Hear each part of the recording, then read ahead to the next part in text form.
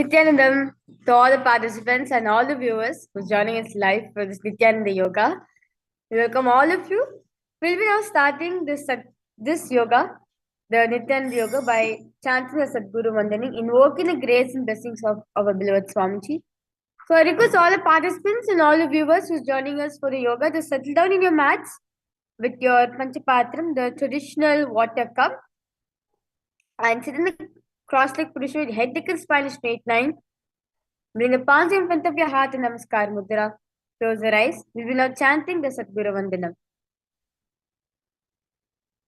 Nithyanandam Paramasukhadam Kevalam Jnanamotim Dvandvatitam Gagana Sarusham Tattvamasya Dilaksham Ekam Nityam Vimalamachalam Sarvadi Sakshi Bhutam Bhavaditam Trigunarahitam Sadgurum Tam Namami. The next is a Shiva Mula mantra, where we'll be chanting the Om Ham Hum Shivaya Namaha 11 times internally to invoke the identity of Paramashiva within ourselves. Om Ham Hum Shivaya Namaha. Om Ham Hum Shivaya Namaha. Om Ham Hum Shivaya Namaha. Om Ham Hum Shivaya Namaha. Om Ham Hum Shivaya Namaha. Om Ham Hum Shivaya Namaha. Om Ham Hum Shivaya Namaha. Om Ham Hum Shivaya Namaha. Om Ham Hum Shivaya Namaha.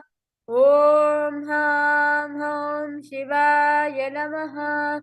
Om Ham Hum Shivaya Namaha.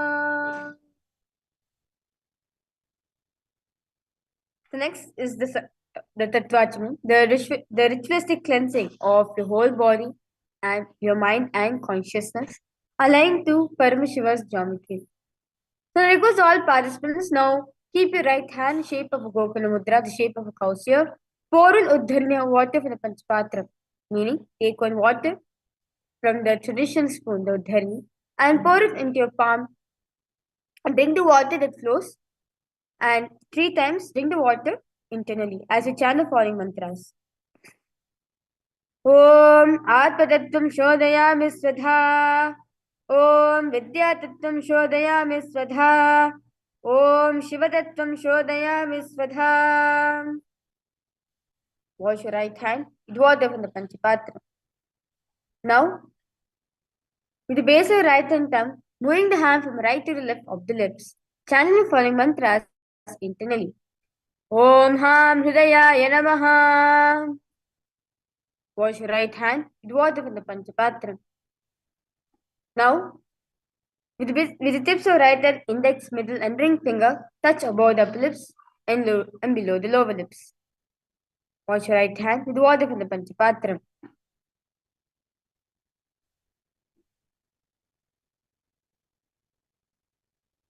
Now, with the tips of right hand, index finger and thumb join together, touch your right nostril, left nostril. With the tips of right and ring finger and thumb join together, touch your right eye, right ear, left ear. Wash your right hand with water from the Panchapatram. Now, with the base of your right and thumb middle finger, touch the navel, right chest, left chest. With the right hand fingertips together, touch the top of the head, right shoulder, left shoulder, and your heart center. The next is the Sankalpa, the conscious resolution.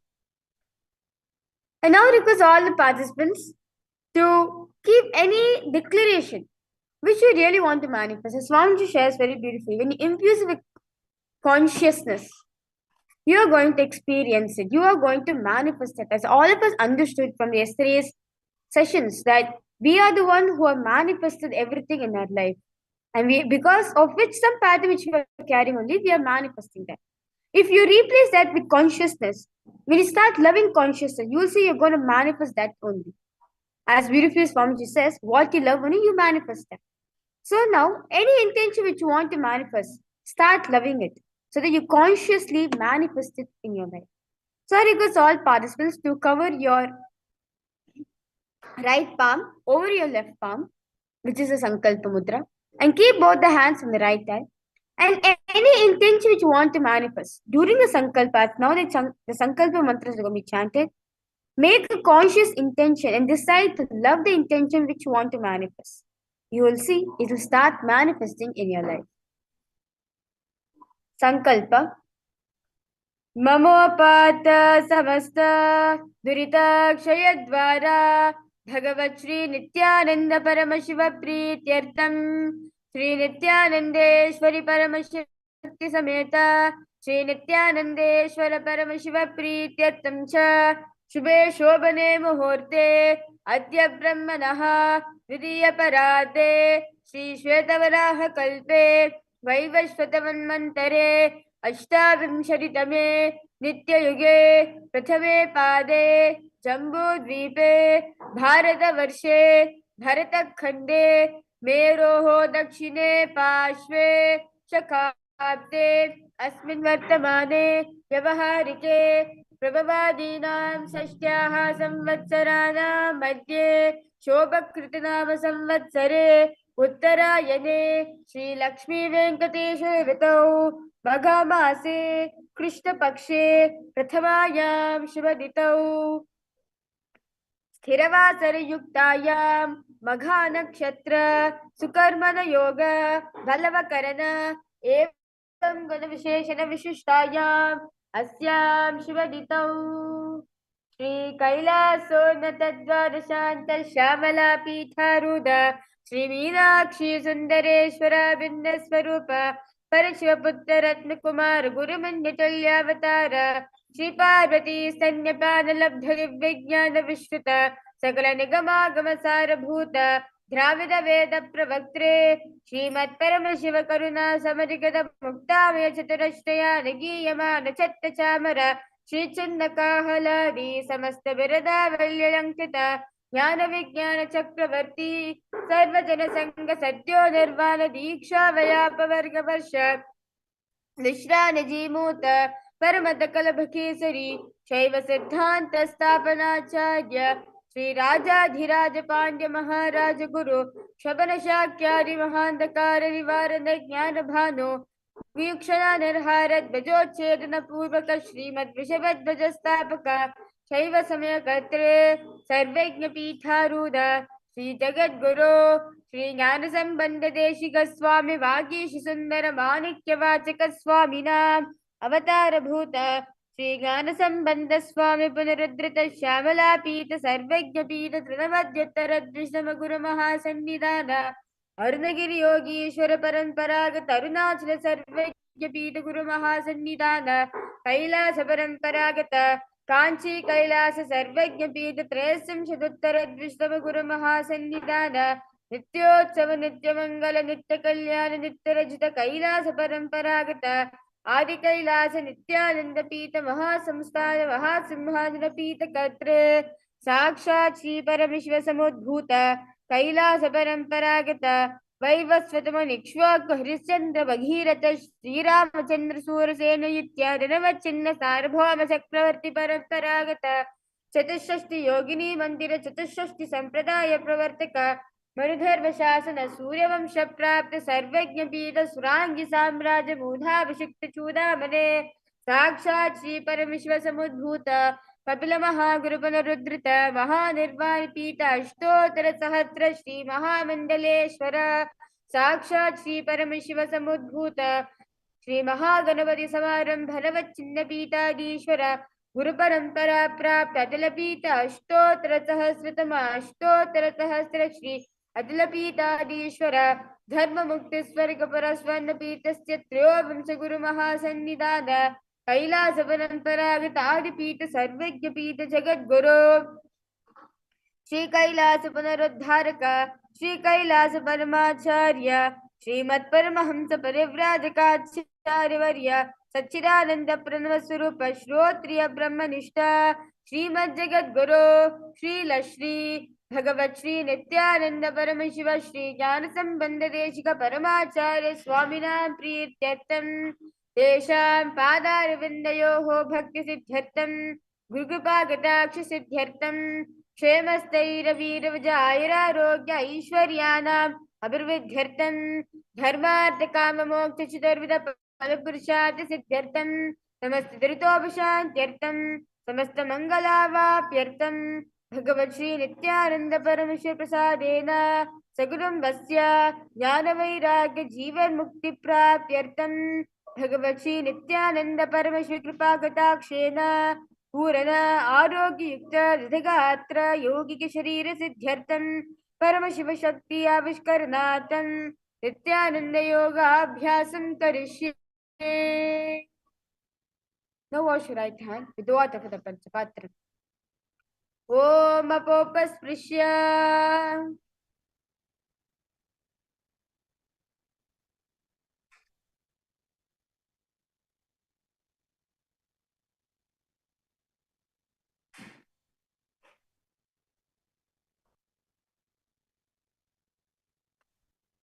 Now, with a beautiful preparation, all of us, let us now start with the Nithyananda Yoga.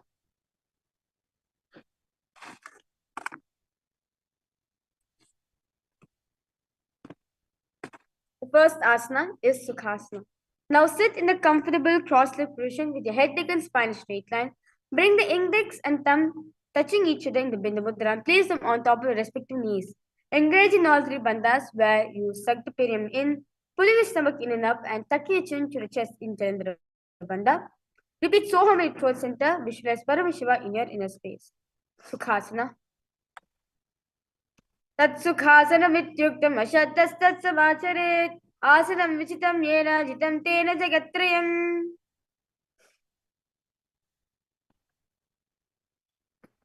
Next asana is Parvatasana. Now bring the legs into Padmasana. Bring the palms together and raise them up above the head. Keep the palms, elbows straight.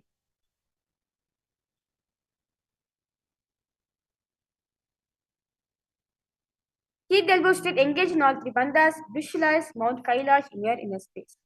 Parvatasana. अदवक्षे Mahadev पर्वतासर मंगलम यकृत्वा से रूपी सा सच्चक्रादि विलोपनम.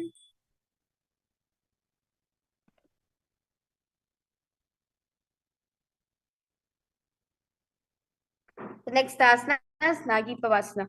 Now bring the soles of the feet together in front of you. Sorry, Halipavasana. Now bring the soles of the feet together in front of you. Hold left hand by the right in the Shambhi Mudra. Place the forehead on the ground behind the heels. Engage in all three bandhas. Gaze at the nose. Visualize Swamiji in your inner space. Halipavasana. पूर्वं विरियाहु मेघानो भयपकटी संपुरितानो पृष्ठवछेदो भू करिल्यावो Dakshinkar स्ववाम गहावो.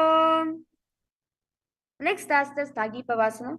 Now remain the feet in the same position. Stretch the hands out in front of you, in front of the feet, and cup the palms, making a hollow.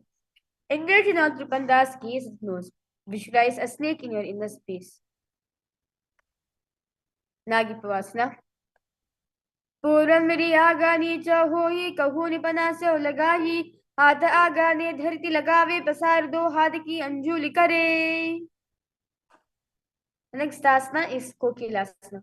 Now hold the big toes, index and middle fingers in the Pranam Mudra.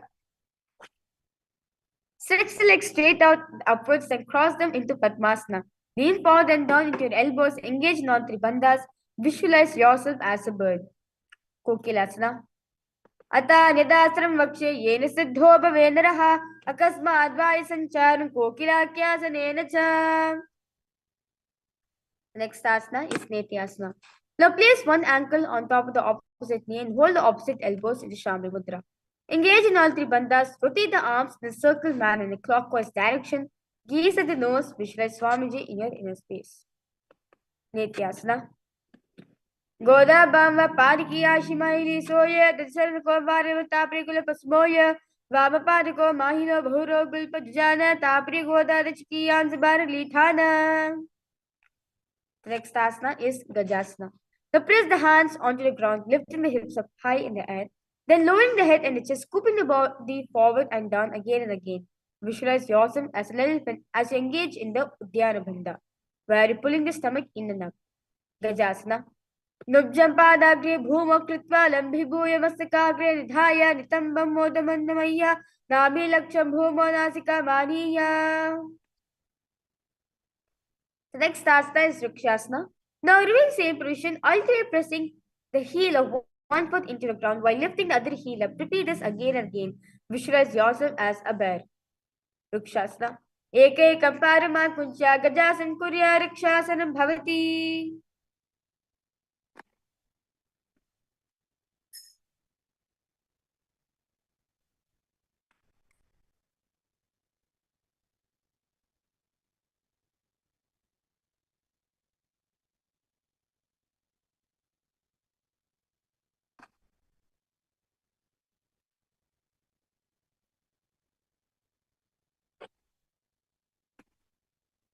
Now stand and tall on the tips of the big toes on the ground. Keep the head, neck and spine straight line. Bring the index, middle, and ring fingers to the heart center, Hridaya Mudra.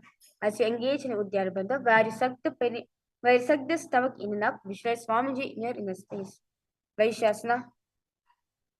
केशेन पादयुगलं भद्वा तिष्ठेर्धूमकः अथवा ईशावक्षे यकृत्वा सत्यवान् भवेत्. We will now entering into the new karana, which is the Urdhva karana. Now, stand with the heels touching, toes facing outwards at 45 degrees angle in the Aramandi position. Now keep the knees bent, raise both hands at the chest level and elbows parallel to the ground. Now twist one knee towards the center, then raise it up, back across the body to its original position. Simultaneous leg raises, follow the movement with the respective hand, raising it up and across the body and repeat this on the other side.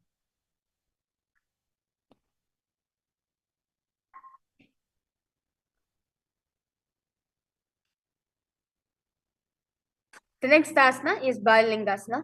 Now interlace the fingers from outside in Sarva Shankara Mudra. Hold onto your knee, pulling it up towards the chest. Keep the spine straight, engage in all three bandhas. Visualize yourself holding a baby. Balalingasana. Ekam janursya lingyastatavyam bhalalinganam bhavati. Next asana is Paripidnasana. Now take one foot, pull it behind towards the buttocks, holding with both the hands. Keep the head, neck and spine straight line. Engage in all three bandhas. Visualize Swamiji in your inner space. Padpirnasana. Sthitre kasmin paditle karabhyam yashti yetanam vishte samstapya tena padapidanamasana. The next asana is Natarajasana. Now the respective hand hold onto the sole of the foot from the inside. Extend the opposite hand forward with the index and thumb together in Binda Mudra. Simultaneously kick and pull the foot back up while leaning forward. Visualize yourself as Lord Nataraja. Natarajasana. उत्तानपादं क्रौञ्चं च वरीचिं वीरभद्रकं नटराजं त्रिकोणं च सुप्ताङ्गुष्ठप्रसारिणे. Let's repeat Balalingasana sequence on the side. Visualize yourself holding a baby. Balalingasana. Ekam janursya lingyastatavyam balalinganam bhavati. Padipirasana, repeat it on the other side. Visualize Swamiji in your inner space. Sitve kasmit padle karabhyam yashniyatanam prishte samstapya dhyena padipiranamasana. The next asana is Natarajasana. Visualize Lord Nataraja in your inner space. Uttanapadam क्रौञ्चं च मरीचिं वीरभद्रकं नटराजं त्रिकोणं च सुप्ताङ्गुष्ठप्रसारिणे. We will now entering into the next karana, which is the Ardharechita karana. Now sit in Narmandi, the half squatting position. Bring the right foot behind the other with the toes down and heels up. Keep the left hand at the chest level, extend the opposite arm out wide like a pendulum and bring it back towards the chest in Karihasta. While the arm swings, move the fingers one by one inward towards the palm, then outwards. Now, place your right hand on the nose, uncross the ankles, and your hand. Repeat this on the other side.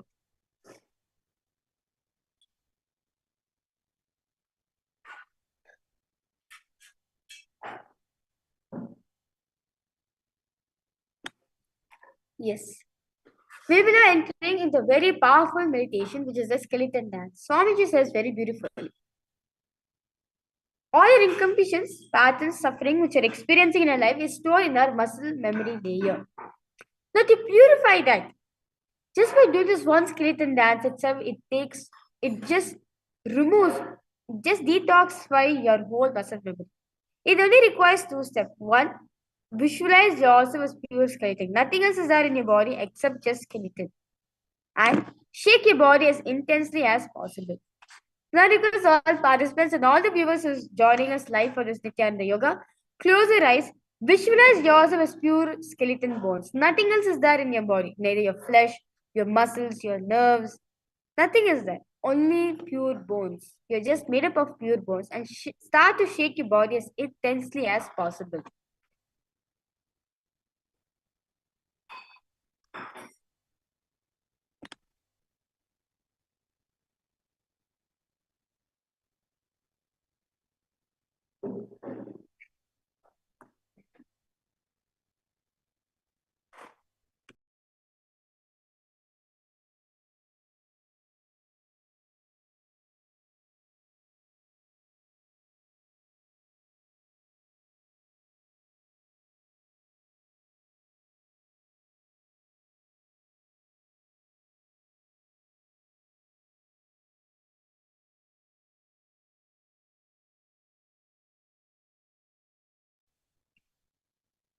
Now relax yourself.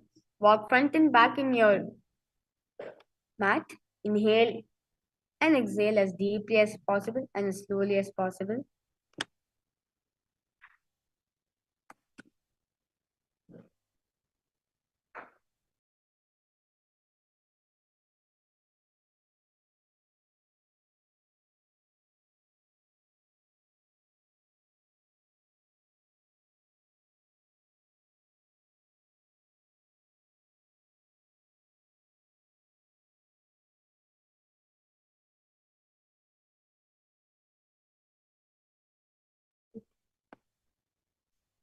The next we will be entering to Karna, which is the Kati China Karna.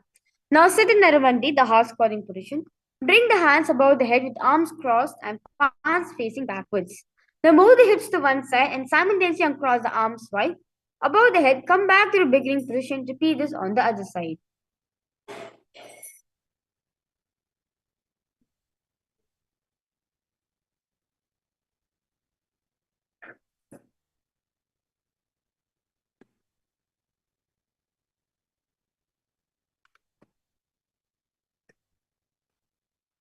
The next asana is Tadasana. Now stand tall on the tips of the toes. Raise the hands up above the head beside the ears in Shamrodra. Engage in all three bandhas. Visualize yourself as a palm tree. We will now entering to new japa, which is Shivoham. You'll be repeating Shivoham in your throat center. Tadasana. Mahamudra Bhadda Kono Tadasana Bhedika Nuruttamsda Korea Rantarvadni Baripriya. The next asana is Uttanasana. Now from standing position, lean forward and down, bringing the hands flat on the ground. Engage in all three bandhas. Bring the forehead towards the knees. Uttanasana. Mahamudra Bhadda Kono Tadasana Bhedika Nuruttamsda Korea Rantarvadni Baripriya. The next asana is Tarakshvasana. Now keep the hands flat on the ground, shoulders width apart. Step the feet back, keeping the toes on the ground. Tuck the chin to the chest in Janarbandha. Rotate the head from side to the side. Visualize Swamiji in your inner space. Tarakshvasana. Gajasramastitva mastakam varam varam dakshin kukshim sarva kukshim naye tarakshvasanam bhavati.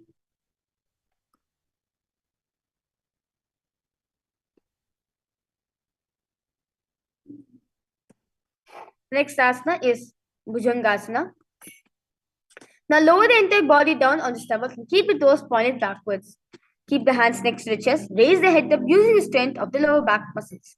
Now slowly open the mouth wide open. Inhale through the hollow of the throat and exhale in Bhujangana Mudra. Visualize yourself as a cobra. Bhujangasana. Angushchinavi paryantam no bhuma vinyase karabhyan chadaram dutta urushesha panivahi. The next asana is Shashasana. Now from tall plank position, alternate bringing one knee into a chest back and forth as visualize Swamiji in your inner space. Sushasana. Gajasa samstha janadvema kuncha varam varam kartavyam shasanam bhavati. Next asana, Srathasana.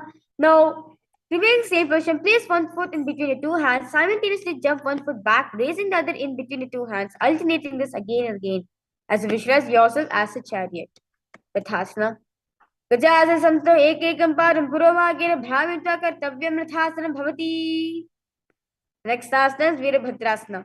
Now keep one foot flat on the ground, toes pointing forward, knees bent at 9 degrees angle. Extend the right leg back, keeping the knees straight, toes point out at 45 degrees angle. Raise the arms up parallel beside the ears. Pull your stomach in up in Uddiyana Bandha. Gaze at the third eye. Visualize yourself as Lord Virabhadra. Virabhadrasana. Vashishthamadkondinyam modakuktamevacha ashtavakramatottana setu bandhanam. Let's now repeat Virabhadrasana on the other side. Vashishthamadkondinyam modakuktamevacha ashtavakramatottana setu bandhanam. Next asana is Vrikshasana. Now stand tall, bring one foot to the inner thigh, bring the palms together and raise them up above the head, keeping the elbows straight in Anjali Mudra. Pull the stomach in and up in Uddiyana Bandha, gaze forward, visualize yourself as a tree. Vrikshasana. Vamormola dese cha yamyam padam nidhayitu tishthetu vrikshavad bhumo vrikshasaridam viduhu. Next asana is Garudasana. Now stand tall, place one foot at the opposite hip. Bring the palms in front of your heart center in Namaskar Mudra. Keep the standing leg straightened like a rod. Visualize yourself as Lord Garuda. Garudasana. Garuda Sarama Vakshe Nithyanam Sarambhavi Sarvadosha Nirmukta Bhavatiha Mahabali. Let's now repeat Vrikshasana on the other side. Continue to visualize yourself as a tree. Vrikshasana. Vamormola dese cha yamyam padam nidhayitu tishthetu vrikshavad bhumo vrikshasaridam viduhu. Garudasana repeated on the other side as you visualize Lord Garuda in your inner space.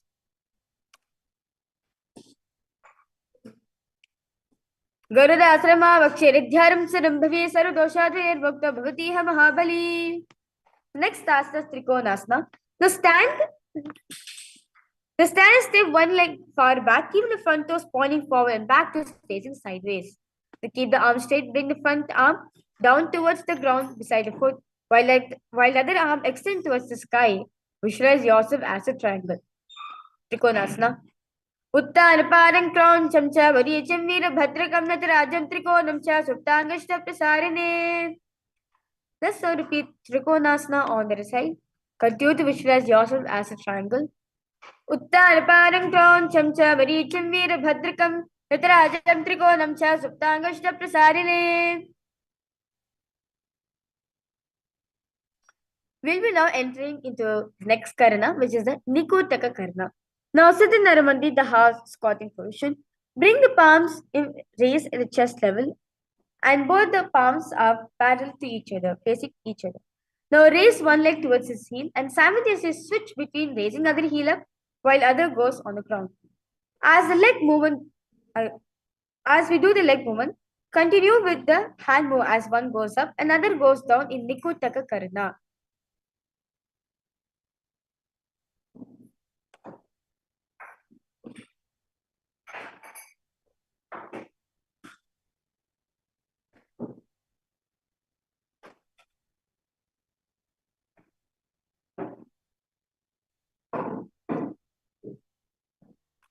Now, lower on the tips of the toes, placing the perineum on back of the heel. Keep the knees together, palms together in front of your heart in Namaskar Mudra.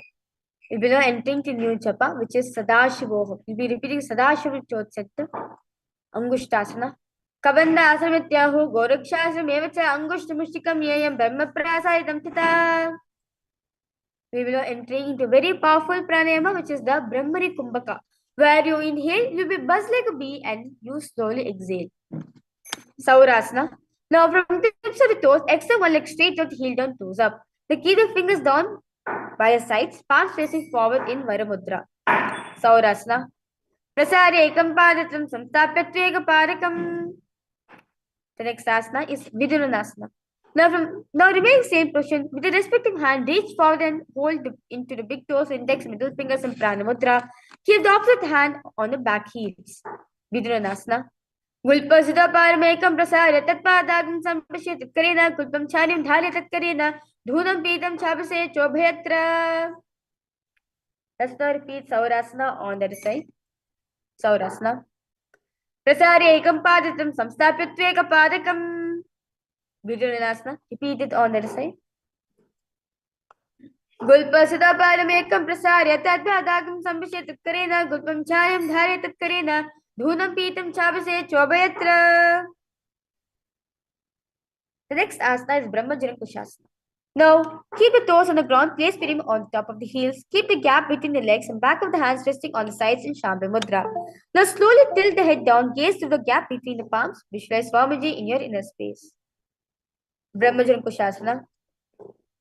Do panapani hoi bese eri do guna nivese korpakatil yanki mahili aisma hira shemili. Next asana is Kapilasana. Now, place the knees on the ground with toes tucked behind, sitting firm down on the heels.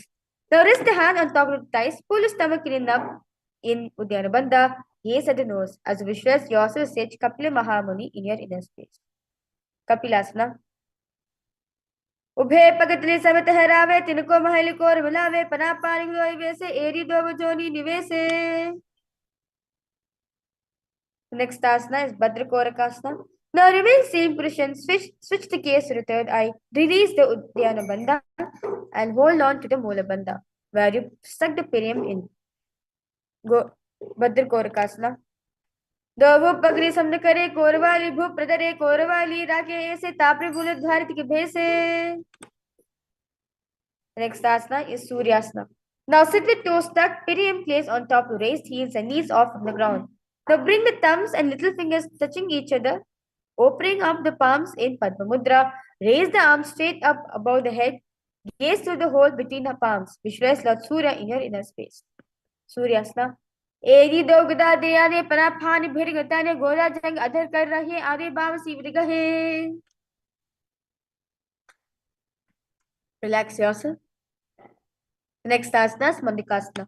Now sit with toes flat, firm on the heels. Keep the hands on top of the knees. Lift the tongue up against roof of the mouth in Mandika Mudra. Catch the nectar of immortality, which is dripping from a Sahasrara chakra with your frog thing as you visualize yourself as a frog. Mandukasana. Padatlo prishti resha angushte dveti santashe jana ekbam praskritya saryad Mandukasanam. The next asana is Uttara Mandukasana. Now remain same position. Keep the hands on back, holding the head with the elbows. Continue to engage the Mandika Mudra. Visualize yourself as a frog and gaze at the third eye. Uttara Mandukasana. Mandukasana madhyastan kurparabhyantiram shiraha etad bhekavaduttan mekaduttan mandukam.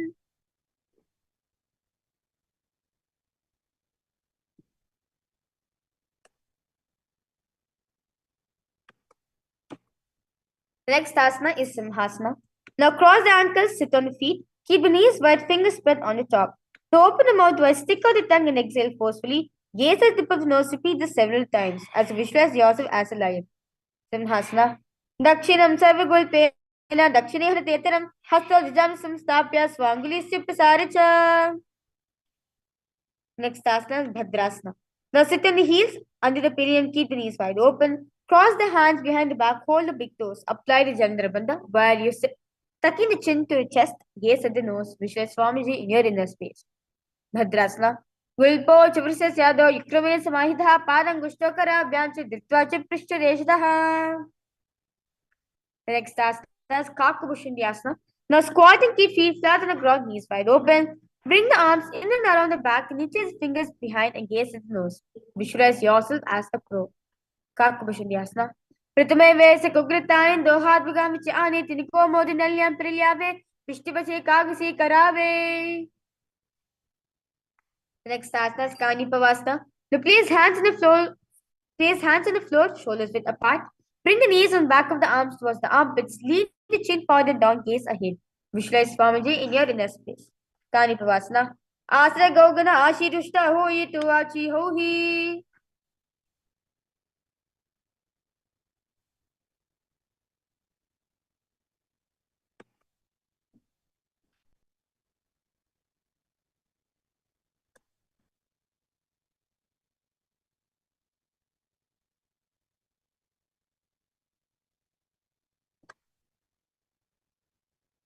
Now, place the hands on the ground, shoulders width apart. Bring the top of the head on the ground, forming a triangle between the hands and the head. Bring the knees onto the elbows, hips over the shoulders, straighten the legs up, gaze at the nose. Vishwa Swamiji in your inner space. Kapalyasana. शीश शीशा धरती तेगी बगुमिलिवा ऊंचा को करे प्रगति आकार शनवर शराशि दो हादा की हथेली दो पाशित्य धरती तेगो दृष्टि नासा अग्र. Relax yourself.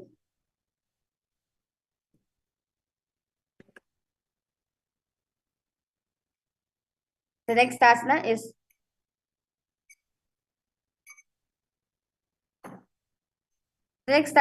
Parshva. Now squat on your toes with legs together. Twist the ball and place both the hands to one side. Align the body with knees and the hip. Lean onto the arms and balance. Extend the legs to the side. Gaze at the third eye. Visualize yourself as a peacock. Mayuram dandavat kuryan mayuram dandamakam kuryan mayuram pashvabhyam mayura pashva namakam. Let's now repeat Parshva on the side as you continue to visualize yourself as peacock. Mayuram dandavat kuryan mayuram dandamakam kuryan mayuram pashvabhyam mayura pashva namakam. Next asana is Bhairaganathasana. Now place both the hands on the ground in Shamya Mudra, shoulders width apart. Stretch the legs back straight into the Tarakshasana. Now step one foot outside the respective shoulder. Bring the foot between the hands. Gaze at the third eye. Visualize yourself as Lord Kalibharava. Asra Kaugana Piti Jayi. Let's now repeat Bhairaganathasana on the other side. Asra Kaugana Piti Jayi. The next asana is Unmukha Pitasana. Now from Tarakshasana, the plank position, place forearms on the ground and walk the feet forward, raising the hips up. Slowly lift the chest, head up and gaze at the third eye. Visualize Swamiji in your inner space. Unmukha Pitasana. Bhunyasthaujani hasto chatushpara vamakam mutta bitangurigalam kadistalva bhirukam. The next asana is Vishishtasana. Now from plank position, rotate the body to one hand, raise the opposite hand up, keeping the balancing hand directly beneath the shoulder. Raise the hips, gaze towards the sky. Visualize Sage Vashishta in your inner space. Uda Kukitava Shishta Marichi Har Matsakampara Vidam Chodarasya Vidham Danarasanam. Vashishtasana on the other side. Uda Kukitava Shishta Marichi Har Matsakampara Vidam Chodarasya Vidham Danarasanam.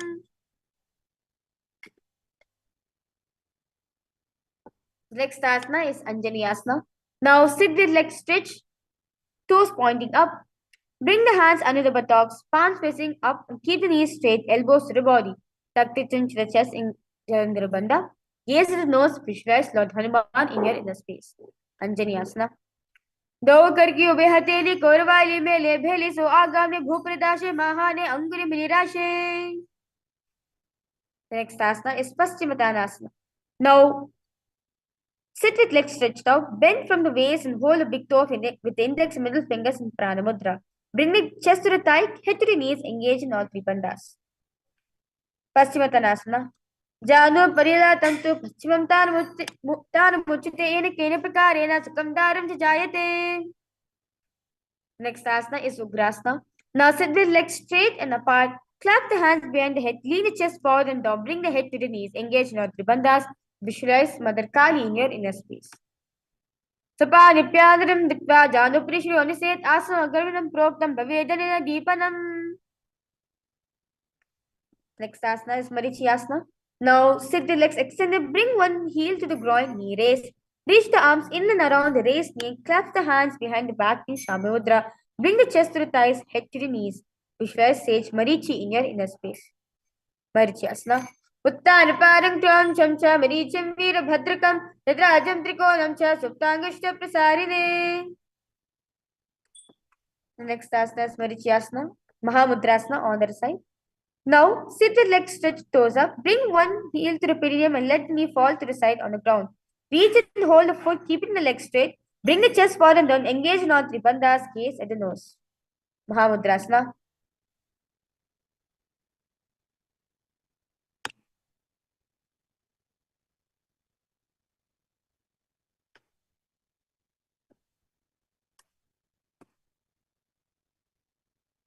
The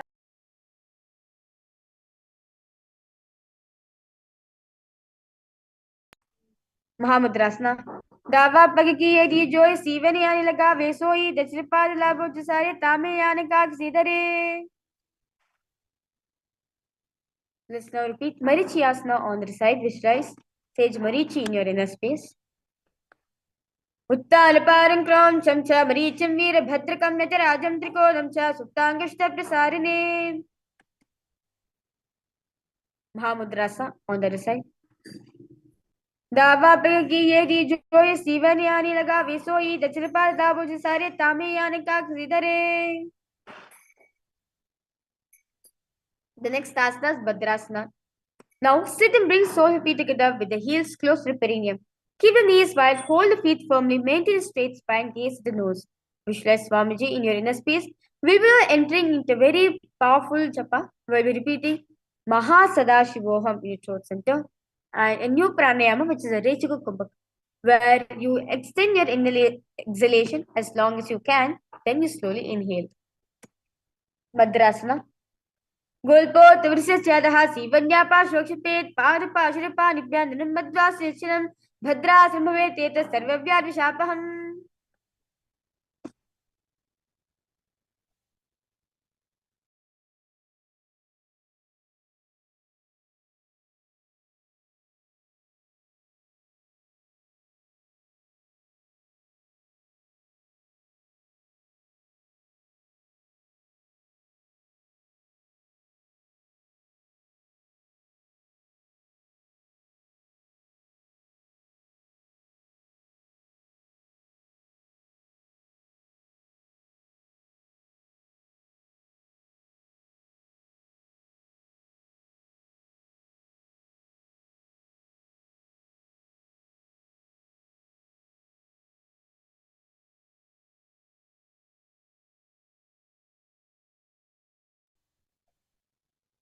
The next asana is Golipavasana. Now from Bhadrasana, extend the feet away from the body. Keep the toes together, heels apart, knees wide open. Now place the hands on respective knees, tuck the chin to the chest in Chandra Bandha. Gaze at the nose. Golipavasana. Purva Charvara Chokaslo Soi, Vahivrio Kiji Soi, Yame Edebinda Jurashe, Angula Tantaro Rashe. Next asana is Joniasana. Now, remain same position. Hold the soles of the feet, lean forward and down. Bring the forehead to the feet, gaze at the nose. Visualize the Yoni Mandala in your inner space. Joniasana. Dovu Pagatali Samdakare, Sole Ved, Edamere Geding Gadare, Ardahatko, Antarashe, Radapakatalya, Babaradhashe. Next asana is Vediki Pavasana. Now, remain same position of the legs. Lean forward and down. Extend the hands out wide, palms on the ground in Shamya Mudra. Bring the forehead to the ground behind the heels, gaze at the nose. Visualize Swamiji in your inner space. Viriki Pavasana. Pura Bhavati Paripakatali Sampursholi Edi Milirashe Edia Sumahanikani Agurudo Andre Darti Lagave. Next asana is Siddha Samadhyasana. Now bring the arms below the shin. Extend it out. Keep the palms facing upwards towards the sky. Bring the forehead to the ground above the feet. Bring the toes near the throat, gaze at the nose. Visualize Lord Surya in your inner space. Siddha Samadhyasana. Dovu Pagare Samdakare Sole Medaga Medare Angula Tantarashe Ediko Ese Vidashe. The next asana is Chiniki Pavasana. Now sit and keep the heels together, toes apart. Hold the feet and open them up, opening the soles. Bring the soles towards the sky, keeping the back of the hands on the ground in Shambhi Mudra. Press the elbows into the thighs towards the knees. Gaze at the nose. Visualize Swamiji in your inner space. Chiniki Pavasana. दो पगा की यदि धरती भगवा में जो लगावे पगति माली को रंगता की शूरी जो दे बारली को पनाशुल्या राशे. Next asana is Charpita Chokasana. Now sit and bring soles of feet together, heels to perineum, knees to the ground. Place the hands on your knees, gently press them on the ground in Shambhi Mudra. Pull the stomach in and up, gaze at the third eye, visualize Swamiji in your inner space. Charpita Chokasana. दो पगली समुद्रे आगम ने कर पसारे गोदा भूसो लगता राशे हाथ दो गोदा परिधाशे. The next asana is Bhairavasana. Now sit and bring soles of feet facing together, knees wide open. Lift the heels up, bring the soles, toes down on the ground. Keep the knees on the ground. Pull the stomach in and up in Uddiyana Bandha. Place your hands on the knees in the Bindu Mudra, where your index and thumb are touching each other. Bhairavasana. Gulpo Sampiracha Nyoda Mikriminottam Chane Jana Pachata Hasto Dandavad Bhairavasanam. Next asana, Samanasana. Now sit with one heel at the perineum, lift and hold other foot, pulling the sole of the foot onto the chest. Gaze at the third eye, hold the breath in the Muladhara Chakra, visualize Swamiji in your inner space. Samanasrama Vakshe Siddhimantra Sadhanat Ekaparam Rittva Gushonya Linga Vatrike.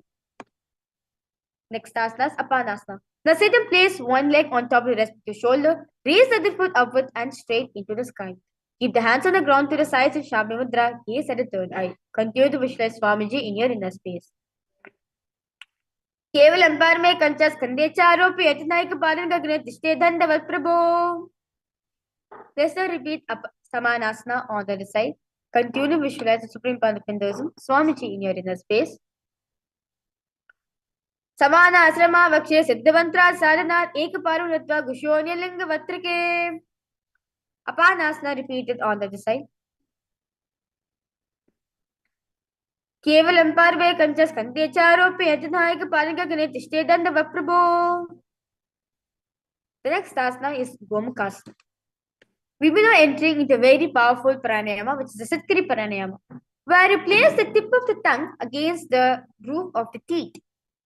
Inhale, making a hissing sound with your teeth, and exhale through your nose. In Sitkari pranayama, we'll be entering to new japa, which is Om Nithyananda. We'll be repeating Om Nithyananda in your throat center. Gomukhasana. Now, sit and cross one leg over the other, aligning the knees at the center of the body. With the feet by opposite hip, place both the hands on top of stacked knees in Shabda Mudra. Gaze at the nose, visualize Swamiji. Visualize a face of a cow in your inner space. Gomukhasana. Savya Dakshinagul Pantu Pishtipashu Yojedik Snipita Savyam Gomukam Gomakam Yata. The next asana is Gomukhasana. Now from Gomukhasana position, hold the big toes with index and middle fingers in the Prana Mudra.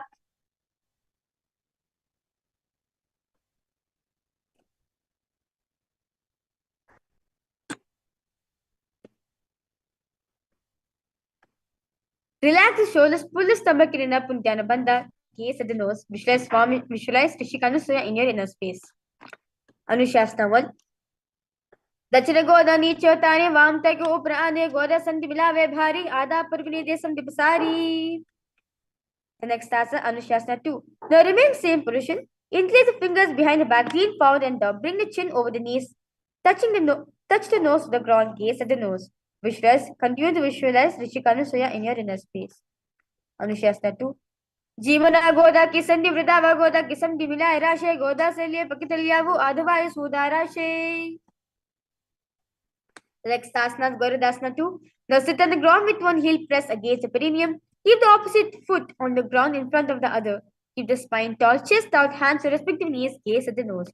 Visualize yourself as Lord Garuda. Garudasana 2. Dava Pagamodi Edi Mahilang Gulpa Mulada Niche Re Base Jivani Pakase Dharti Te Godam Jabhaurashe. The next asana is Naradasana. Now increase the fingers behind the neck. Twist the body of the raised knee, gaze at the third eye. Visualize sage Narada in your inner space. Naradasana. Vishti Juvama Pagatali Keri Bhupre Dailaga Vipiri Gudasna Panohi Joy Shipagri Kesoyi. The next asana is Matsapidikasana. Now place one foot on top of the opposite thigh and wrap the respective arm around the knee, holding onto the opposite shin. Extend the opposite hand straight and hold onto the respective toes. With the index and middle fingers in Pranamudra, gaze at the nose. Visualize Matsyavatara of Mahavishnu in your inner space. Vamena Vamangushtantu Grihitam Matsapitikam Yoni Vame Sampidya Medra Ripari Dakshinam. Let's now repeat the Gomukhasana sequence on the other side. Visualize a cow's face in your inner space. Gomukhasana. Savya Dakshinagul Pantu Pishtapashin Yojedik Snipita Savyam Gomakam Yata. Anushasana 1. Asana on the other side. As you can visualize Devi Anusaya in your inner space.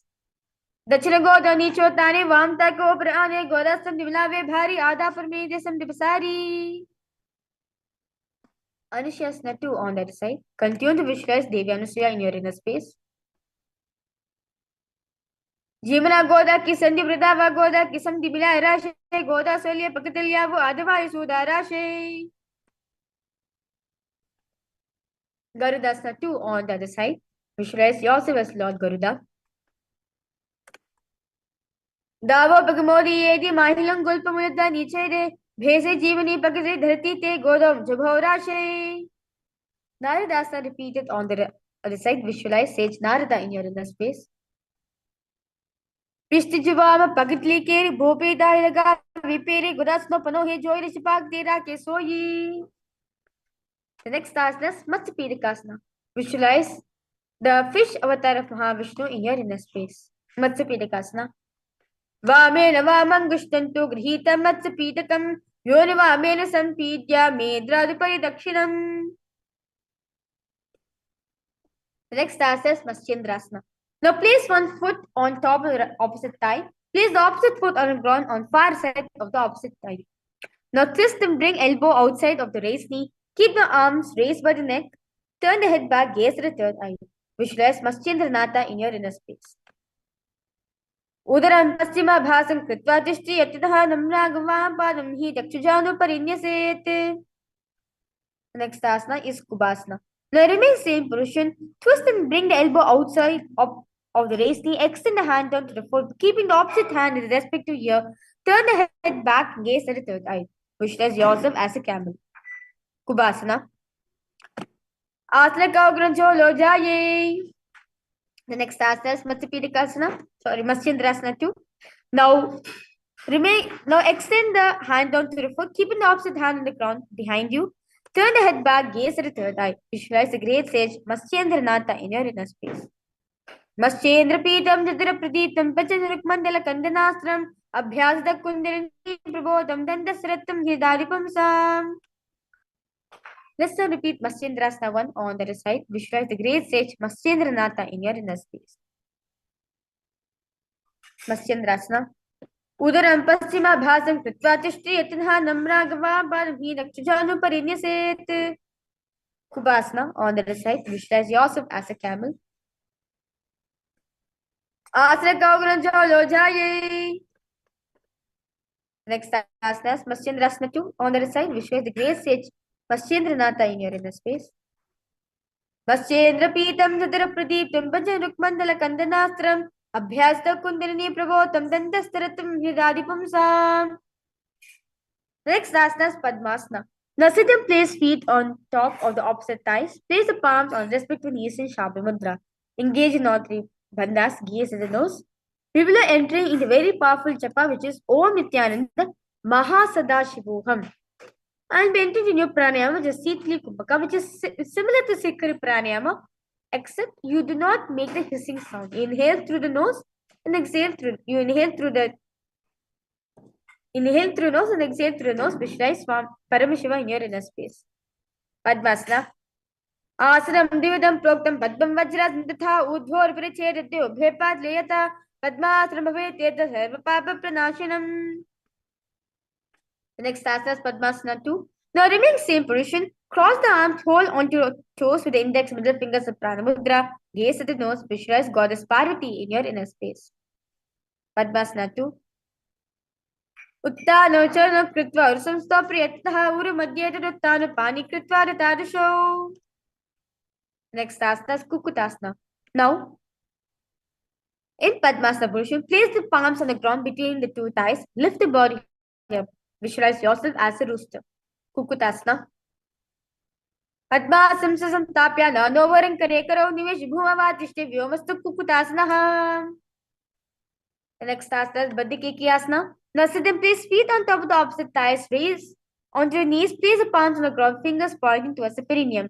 Keep the elbows together. Press against the navel, then lean forward. Find a balance. Extend the feet out from the mat. Visualize Swamiji in your inner space. Baddhikekiyasana. Dharama now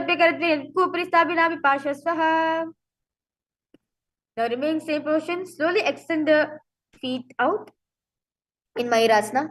Adavakshe Mahadeva Mayurasana Muttama Bhumanipadya Stodva Purpuro Paridehakam. Relax yourself. Next asana is Makarasana. Lay down your stomach with feet pointing outward and forehead on the mat. Increase the fingers behind the neck and hold in Parishamudra. Visualize yourself as a crocodile. Makarasana. Adyashete hridam nidaya bhumau च पादं च प्रसारमानो शिरश्चित्वा कृतं युग्मे देहाग्निकारं मकरासनं दते. The next asana, Shalabhasana. Lay down the stomach, place the hands on the ground beside the chest in Shami Mudra. Raise the legs up, bringing the thighs off from the ground. Visualize yourself as a locust. Shalabhasana.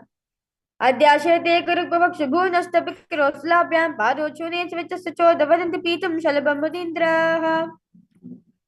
The next asana is Ushtrasana. Lay down the stomach, bring the hands to the feet, pull the feet down towards the ground outside of the hips. Visualize yourself as a camel. Ushtrasana. Adyashete parikavastam pristhe nidaya pinkarabyam apunche savidrasika dhamustanti pitam yogino vadanti. The next asana is Dhanurasana. Lay down the stomach, bring the hands to the feet, kick the legs back and up, simultaneously pull the feet towards the sky. Lift the chest up from the ground, raise the head up, gaze at the third eye. Visualize yourself as Paramashiva's bow. Dhanurasana. Prasarbhada bhuvidandharupa kauraja prishtheri parikvam kritva dhanushulivintang nigati yogi dhanurasanam tate. The next asana is Bhagasana. Now sit with both knees with head, neck and spine straight line. Place the palms down on top of knees in Shabhi Mudra. Gaze at the third eye. Visualize Swamiji in your inner space. People are entering into the last japa, which is Om Nithyananda Parameshwaram, where you'll be repeating the Mahavakya in your throat center. Bhagasana. उलटा मोरी पाउर वैसे भरो जित करे एक वैसे पानी मलहा गुलपो जो कुला पाशी तिला वैसोवू.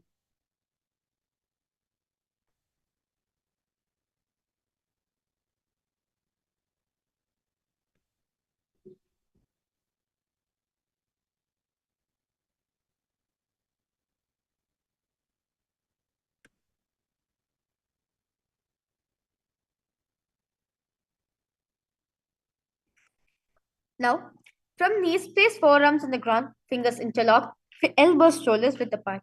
Now, place top of head on the ground, holding back of the head with the hands. Walk toes forward until the hips align with the shoulders. Lift the feet up, keeping the knees bent together against the chest, touching the chin and gaze at the nose. Visualize Swamiji in your inner space. Gohyasana. दो हाथा की कहूनी जोई पुनः कला जाने दो ये पिष्टांग की पुनः जाने सबले भू परितानो. The next asana, Sirsasana. They remain same position. Slowly extend the feet out. Visualize Swamiji in your inner space. Gaze at the nose. Sirsasana. Viparitam mandalam cha vided viditam mihna nanda samita proktam viparito veshane. Next asana is Prodhyasana. Now sit with hands behind the calf, stretch the legs up. Bring the forehead to the knees. Come to vertical position with the legs. Visualize Swamiji in your inner space. We will enter into very powerful pranayama, which is a Bhastika pranayama, where you rapidly inhale and exhale as we're doing the chaotic breathing.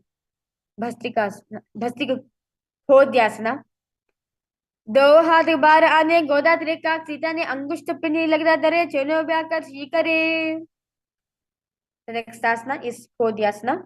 Sorry, next asana is Parigasana.